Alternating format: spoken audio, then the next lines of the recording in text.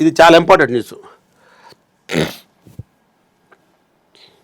ఎందుకంటే దీని కొరకు చాలా చర్చించాలి, చాలా ఇంపార్టెంట్ కూడా. నా బిడ్డ ప్లాన్ ఏం మాట్లాడింది, ఆమె ప్లాన్ బి అంటే నా బిడ్డ ప్లాన్ ఏ మాట్లాడింది, ఆమె ప్లాన్ బి ఏమిటో నాకు తెలియదు. దీని కొరకు చాలా డిస్కషన్ జరిగింది. మేము కాంగ్రెస్ని వీడేది లేదు. మంత్రి కొండా సురేఖ భర్త మురళి సీఎంకు పార్టీకి వ్యతిరేకంగా మాట్లాడలేదు. కోమటిరెడ్డి రాజగోపాల్ రెడ్డి బట్టి ఉత్తమ్తో వేరువేరుగా ఇరువురు నేతలతో భేటీ. రాత్రి బెంగళూరులో ఖర్గేతో బట్టి చర్చలు. ఈ సారు కొండా మురళి ఎందుకు చెప్తున్నా అంటే, మాకు నిన్న వ్యక్తిగతంగా కొంతమంది అంటే మనం ప్రజలతో కానీ అక్కడ ఉన్న వాళ్ళతో కానీ చర్చిస్తాం ఏం జరుగుతుందని. మనకి ఎక్కడ తెలుస్తుంది అంటే మనకు వార్తలు కానీ లేకపోతే మన ప్రజల దగ్గర నుండి ఏం రావాలని అది చర్చల వల్ల జరుగుతుంది. ఒక పెద్ద మనిషి కొండా సురేఖని తప్పించరు బీసీ, రేవంత్ రెడ్డి పచ్చ కాంగ్రెసు. ఒక వ్యక్తిని ఆపాదించేటప్పుడు తప్పులేదు మీ విషయం బట్టి. ఆ వ్యక్తికి రాజకీయంగా మాట్లాడేటప్పుడు, ఎదురుగా మాట్లాడేటప్పుడు మీరు కూడా అర్థం చేసుకోవాలి. కాంగ్రెస్ రేవంత్ రెడ్డి అనేది నీకెందుకు అంటారు, అది రాజకీయ పరంగా మాట్లాడాలి, వ్యక్తిపరంగా మాట్లాడుతున్నారు. వాడెవడో ఉన్నాడు, వాడేమంటాడు, కొండా సురేఖ ఇంటికి వెళ్ళి అంటే కొండా సురేఖ రేవంత్ రెడ్డి ఇంటికి వెళ్ళి రేవంత్ రెడ్డి కొట్టొచ్చేస్తుందంట. ఆయన ముఖ్యమంత్రి ఏమైనాడు అంటే రేవంత్ రెడ్డి ఆసామాసిగా ఇప్పుడు ముఖ్యమంత్రి అయిపోయింది అన్నమాట. ఎన్ని కష్టాలు పడ్డాడు, జైల్లో ఎన్ని రోజులు ఉన్నాడు, ఆయన ఏంటి అసలు ఆయన ఇదేంటి, ఆయన జడ్పీటీసీ ఎలా వచ్చిండు, ఇప్పటివరకు ఎమ్మెల్యే కాలేదు, ఆయన ఎమ్మెల్సీ ఇచ్చారు, కొండా సురేఖ అయింది. ఏం మాట్లాడతారు? వ్యక్తిగతంగా మీకు అభిమానం ఉండొచ్చు. కొండా మురళి మాకు వ్యక్తిగతంగా మాకు తెలుసు.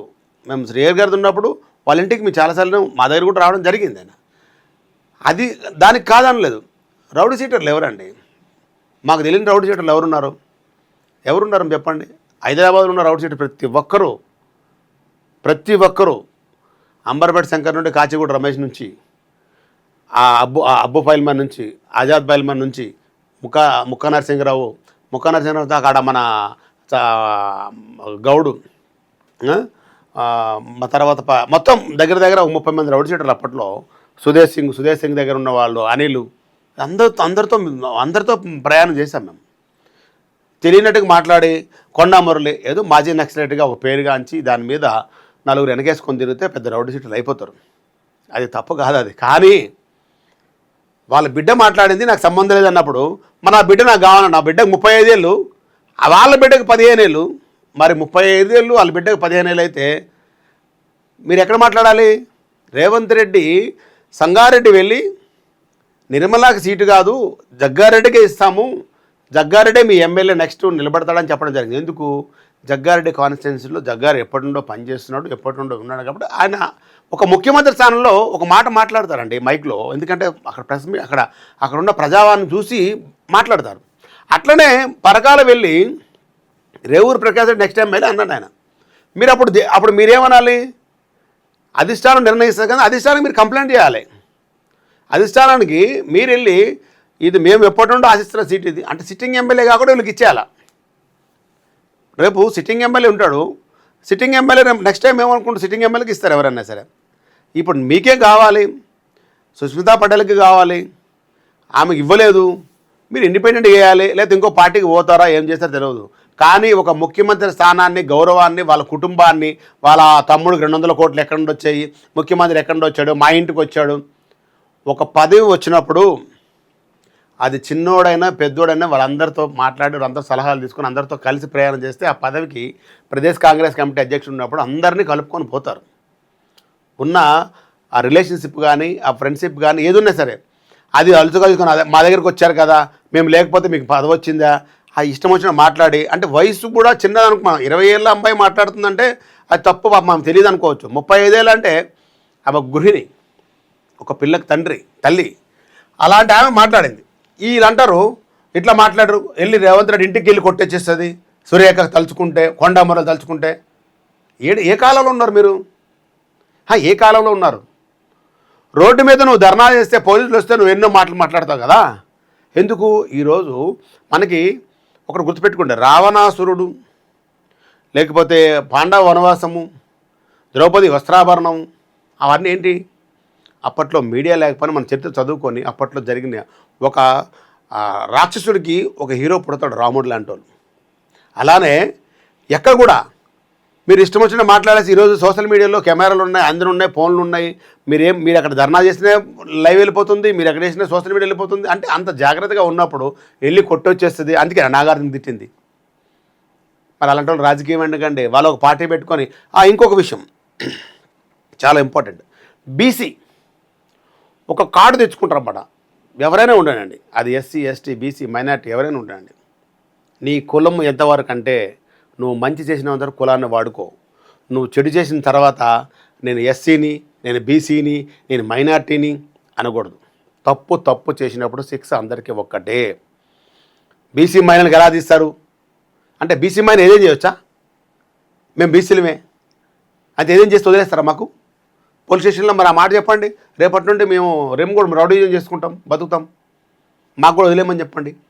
అంటే బీసీ మహిళకి వదిలేయాలి, బీసీ వాళ్ళకి వదిలేయాలి. బీసీకి అన్యాయం జరుగుతుంది. ఎందుకు అసలు బీసీ ఎందుకు అన్యాయం జరుగుతుంది? మొదటి రోజే సుస్మితా పటేల్ మాట్లాడిన రోజే ఆమె ఖండించాలి. బయటకు వచ్చి మంత్రిగా ఉండి అదే మంత్రివర్గంలో ఉన్నారు, అదే ముఖ్యమంత్రికి అన్నప్పుడు మా ముఖ్యమంత్రికి నా కూతురు అన్నది, అది క్షమించండి, ఆమెతో వివరణ తీసుకుంటాను ఏం జరిగిందో అని అనాలి. ఆమె వ్యక్తిగతంగా మాట్లాడేసిందని ఆ రోజు సమర్థించారు. ఈరోజు క్రమశిక్షణ కమిటీ ముందు వెళ్లాల్సి వస్తుంది. మీకు ఆమెకు సంబంధం లేదన్నప్పుడు మీ ఇంట్లో ఉండి ఆ మీటింగ్లో వెనకాల కొండా మురళి ఉండి మాట్లాడుతున్నప్పుడు నవ్వుకుంటూ ఉండి ఆమె ఏమో మాట్లాడుతుంటే ఏదో చేస్తుంటే అప్పుడు మాత్రం సంబంధం లేదంటారు. ఈనాడు హైదరాబాద్ మంత్రి కొండా సురేఖపై కఠిన చర్యలు తీసుకోకుండా చూడాలని ఆమె భర్త కాంగ్రెస్ నేత కొండా మురళి ఉప ముఖ్యమంత్రి బట్టి విక్రమార్క మంత్రి ఉత్తమ్ కుమార్ రెడ్డిని కోరినట్టు తెలిసింది. బుధవారం ఆయన ప్రజాభవన్లో వారిని కలిశారు. అదే సందర్భంలో కోమటిరెడ్డి రాజగోపాల్ రెడ్డి కూడా వీరితో భేటీ అయ్యారు. అయితే బిల్లుల కోసమే తాను బట్టితో సమావేశమైన ఆయన మీడియాతో చెప్పారు. ఇదిలా ఉండగా బుధవారం రాత్రి బెంగళూరులో పార్టీ జాతీయ అధ్యక్షుడు మల్లికార్జున ఖర్గేతో బట్టి విక్రమార్క సమావేశమై తాజా పరిణామాలపై చర్చించారు. కొండా సురేఖ పార్టీ నియమావళిని ఉల్లంఘించినందుకు ఆమెపై కఠిన చర్యలు తీసుకోవాలని కాంగ్రెస్ క్రమశిక్షణ వ్యవహారాల కమిటీ ఈ నెల 25న పీసీసీకి నివేదిక ఇచ్చిన విషయం తెలిసిందే. ఇంకొక విషయం గుర్తుపెట్టుకోవాలి, ఆడ కొండా మురళినా, రేవంత్ రెడ్డినా, లేకపోతే బల్లు బట్టి విక్రమార్కనా, లేకపోతే ఉత్తమ్ కుమార్ రెడ్డి, కోమటిరెడ్డి వెంకటరెడ్డి కాదు. ఇక్కడ పార్టీ ఒక ముఖ్యమంత్రి స్థానాన్ని ఇచ్చిన అది కొండా మురళి ఉండని, రేవంత్ రెడ్డి ఉండని, నేనుండని, మీరుండని, ఆ స్థానం గౌరవం ఇచ్చింది కాంగ్రెస్ పార్టీ. కాంగ్రెస్ పార్టీ ఆ స్థానం ఇచ్చిన తర్వాత ఆ స్థానాన్ని గౌరవించాల్సిన బాధ్యత ఆ పార్టీలో ఉన్న వాళ్ళందరూ. స్పీచ్ ఆఫ్ డెమోక్రసీ ఉంది కదా, కాంగ్రెస్ వాళ్ళు ఇష్టం వచ్చినట్టు తిట్టే కాదు కదా. ఆ స్థానాన్ని అగౌరవపరిచారు. రేవంత్ రెడ్డిని కాదు, అక్కడ రేవంత్ రెడ్డి ప్రాతినిధ్యం వహిస్తున్న ముఖ్యమంత్రి స్థానాన్ని అగౌరవపరిచారు. అంటే 4 కోట్ల మంది ప్రజల్లో ఎన్నుకున్న వాళ్ళందరినీ అగౌరవపరిచినట్టుగా అది చూడాలి. అంతే తప్ప ఆ రేవంత్ రెడ్డిని మేము ఏమన్నాం, అచ్చ కాంగ్రెసు, పచ్చ కాంగ్రెసు ఏం మాట్లాడతారండి? అచ్చ కాంగ్రెస్, పచ్చ కాంగ్రెస్ తోటే కదా ఈ 2-3 సంవత్సరాల పరిపాలనలో ఉన్నారు. ఆంధ్రోలు అని చెప్పుకుంటారు కొంతమంది. అబ్బా చాలా సంతోషం, ఖమ్మోలు మన శేర్లింగపల్లి నియోజకవర్గం నుంచి ఇన్ని బస్సులు పంపిస్తారు ఆంధ్రాకి. ఏమండి, కరీంనగర్లో ఓటు వాళ్ళు ఇక్కడ ఉన్నారు కదా, వరంగల్లో ఓటు హైదరాబాద్ ఉన్నారు కదా, వాళ్ళందరూ ఓట్లు పోతాయి. సర్ ప్రక్రియ అనేది ఏంటి? సర్ ప్రక్రియ అంటే ఏంటి? రెండో ఓటు ఎక్కడుండే పోతుంది, దొంగ ఓట్లు. దాన్ని గమనించాలి. ఆంధ్రోలకు ఉన్నాయి. ఇంకా మీరు మారలేరు. ఆ భయం పోదు, ఆ భయం నీడల్లో బతకొద్దు. అందరికీ ఉన్నాయి. హైదరాబాద్లో మాకు తెలిసిన ఒక్కొక్కరు 3 ఓట్లు వేస్తారు. వాళ్ళ పరిస్థితి ఏంటి? కరీంనగర్ ఉన్న వాళ్ళు ఇక్కడ ఓటేసి అక్కడ పోతారు. వాళ్ళ పరిస్థితి ఏంటి? వరంగల్లో పోలా? ఒకసారి బాగా గమనించండి. అందరు కలిసి ఇక్కడ ఇది హైదరాబాద్ ప్రపంచంలో.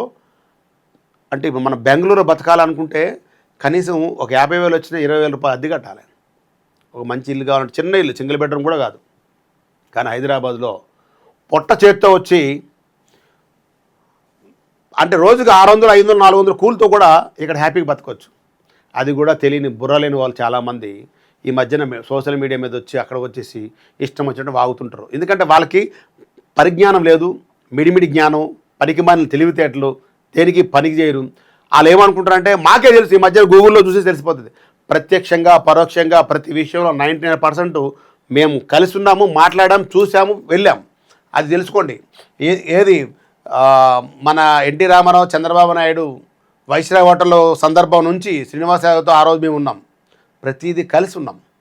తెలియకుండా ఈ నిన్న మొన్న ఇప్పుడిప్పుడే కళ్ళు తెరుచుకొని ఆ కళ్ళు తుడుచుకున్న పుసులు కూడా తుడుచుకోలేని వయసులో ఉన్న వాళ్ళు కూడా గూగుల్ చూసి మాట్లాడేస్తున్నారు, ఏదేదో మాట్లాడుతున్నారు. కొంచెం తెలుసుకోండి. అయితే చదువుకుంటూ పోతే మనకు 15 నిమిషాలు కావాలి, కానీ కాకుంటే కఠిన చర్యలు తీసుకోకుంటే అది రేవంత్ రెడ్డికి అవమానించినట్టుగా కాదు, రేవంత్ రెడ్డి కుర్చీకి అవమానించినట్టు గుర్తుపెట్టుకోండి. ఇక్కడైనా సరే ఎవరైనా సరే మాట్లాడు. ముఖ్యమంత్రి స్థానానికి ఆయన కోమటిరెడ్డి రాజగోపాల్ రెడ్డి ఉన్నాడు, ఆయనకి మంత్రి పదవి కావాలి. ఇంట్లో ఒక మంత్రి పదవి ఉందని ఆయన అంటే లేదే నాకు ఇంకోటి కావాలి, మరి నేను బై బర్త్ కాంగ్రెస్ అంటాడు. మీ అన్న కాంగ్రెస్ బై బర్త్, మధ్యలో బీజేపీ పోయినావు. ఎందుకు పోయినావు? మళ్ళీ వచ్చినావు. నేను ఎంపీగా ఉన్నప్పుడు పోరాడిన, ఎస్ ఆ స్థానంలో ఉన్నప్పుడు పార్లమెంట్లో ఉన్నప్పుడు కాంగ్రెస్ ప్రతి ఒక్కరు పోరాడారు. మీరు ఒక్కరు కాదు, పొన్నం ప్రభాకర్ పోరాడలేదా? అందరూ పోరాడారు.